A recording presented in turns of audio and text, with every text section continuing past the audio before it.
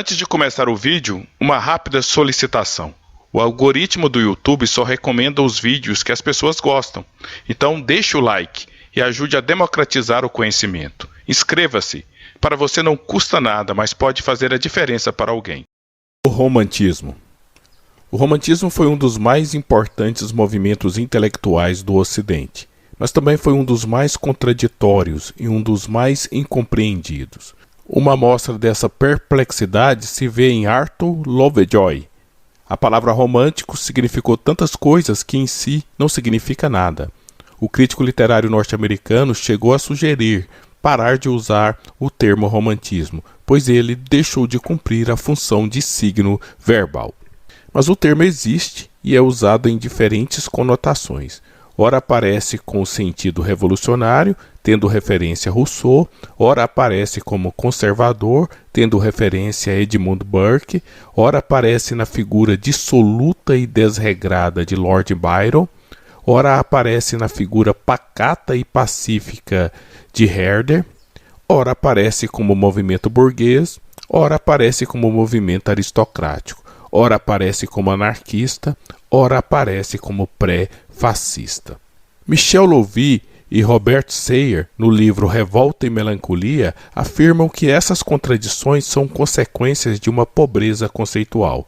Por isso propõem um conceito de romantismo que poderia ser resumido como: romantismo é uma visão de mundo que surgiu em meados do século XVIII, que se expressava em vários campos culturais, como a literatura, artes plásticas, filosofia, teologia, história e etc., que faz uma crítica à modernidade em nome de valores e ideais do passado. Essa definição conceitual é bastante útil e interessante, pois não vê o romantismo apenas como um movimento estético, mas como uma maneira específica de enxergar e representar o mundo, tendo como elemento comum a crítica ao mundo moderno a partir de valores pré-modernos. O que os românticos não aceitam no mundo moderno é principalmente a reificação, ou seja, a transformação das relações humanas em relações entre coisas e objetos. No capitalismo, a lealdade pessoal que ligava um servo ao seu senhor é substituída por um contrato de trabalho. O prestígio aristocrático é substituído pela posse do dinheiro. A frieza e a impessoalidade das relações monetárias capitalistas indignam o indivíduo romântico. O romântico se sente deslocado no mundo povoado por fábricas, por máquinas, por grandes metrópoles, por burgueses e proletários. Esse sentimento de solidão foi expresso magnificamente na obra Frankenstein, de Mary Shelley, em que o monstro, frustrado por não encontrar afeto e afeição, lamenta a sua solidão, dizendo que até Lúcifer, o anjo caído, tinha amigos, enquanto ele estava completamente só. Aquilo que não se encontra no presente, os românticos irão buscar no passado. Os europeus vão idealizar a Idade Média, ao ponto de ela aparecer nos romances de Walt Scott totalmente irreconhecível aos historiadores. Mas os românticos vão idealizar outras épocas também, como as sociedades indígenas, o mundo greco-romano, o mundo bíblico, a Renascença inglesa ou o antigo regime francês.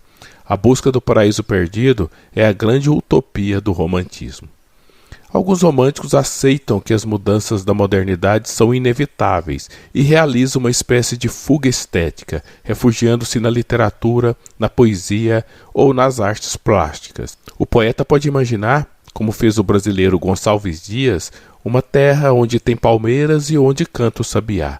Ou pode imaginar uma natureza sublime que suscita ao mesmo tempo admiração e terror, como fez o alemão Caspar David Friedrich no quadro Caminhante sobre o Mar de Névoa. A fuga do mundo poderia ocorrer também por meio da paixão amorosa, um tema central na estética romântica. Se para os iluministas a prudência era muito melhor do que a impetuosidade, para os românticos as paixões impetuosas e infortunadas eram um meio de encontrar uma experiência autêntica no mundo. Foi a sensibilidade romântica que fez com que o casamento deixasse de ser por conveniência e se tornasse por amor. Muito embora os românticos valorizassem muito mais o amor do que o casamento, pois, como diz Lord Byron, é mais fácil morrer por uma mulher do que viver com ela. O ideal de amor romântico é aquele vivido pelo protagonista de Os Sofrimentos do Jovem Werther, em que o suicídio é um preço a se pagar pela impossibilidade de se ter a mulher amada. Contudo, outros românticos eram mais práticos e sensatos e propuseram mudar o seu estilo de vida dentro do próprio sistema capitalista.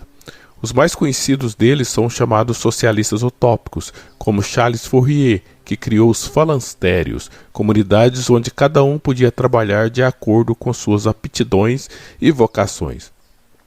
Outros resolveram ir para longe do mundo moderno, trocando a cidade pelo campo ou os países mais capitalistas por países exóticos.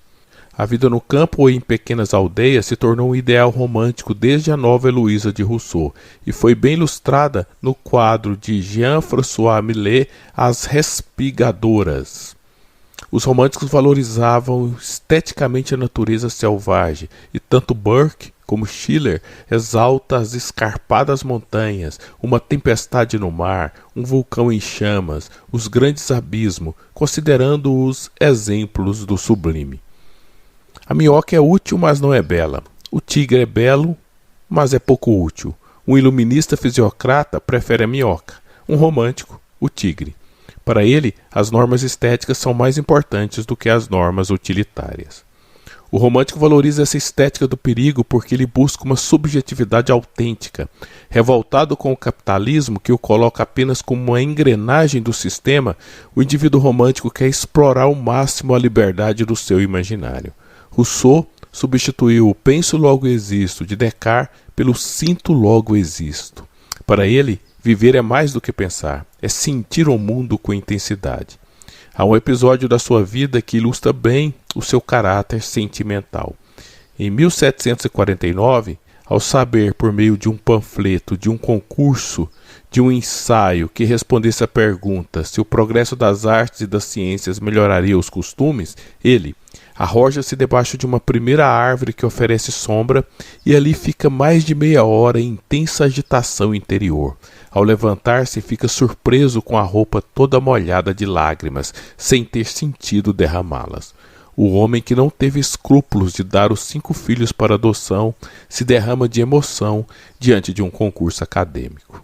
Como diz Bertrand Russell, um romântico é capaz de chorar copiosamente ao ver os sofrimentos de uma família camponesa pobre, mas rejeitaria um plano sistemático para melhorar a vida de todos os camponeses. A subjetividade romântica não se confunde com o individualismo burguês. O romântico, na verdade, quer se integrar numa relação autêntica com o outro. Daí o desejo de se aproximar intimamente do mundo natural ou fazer parte de uma comunidade de indivíduos, seja uma nação com um rico passado expresso em mitos e folclores, seja numa sociedade orgânica em que todos se consideram irmãos. Daí a abertura dos românticos para o nacionalismo, em que em alguns casos levou ao antissemitismo, ao fascismo ou quem sabe até para o comunismo marxista. Mas foi também o gosto romântico pelo passado que propiciou o surgimento do historicismo. O historicismo é um romantismo sem a nostalgia, já que para ele não só o passado, mas todas as épocas são dignas de admiração. Então, sem o romantismo, a história como nós conhecemos provavelmente não existiria. Olá, se você gosta desse tipo de vídeo, você é uma pessoa diferenciada e inteligente. Então, venha fazer parte do clube, inscreva-se no canal. Eu sou o professor Eliezer e agradeço pela atenção.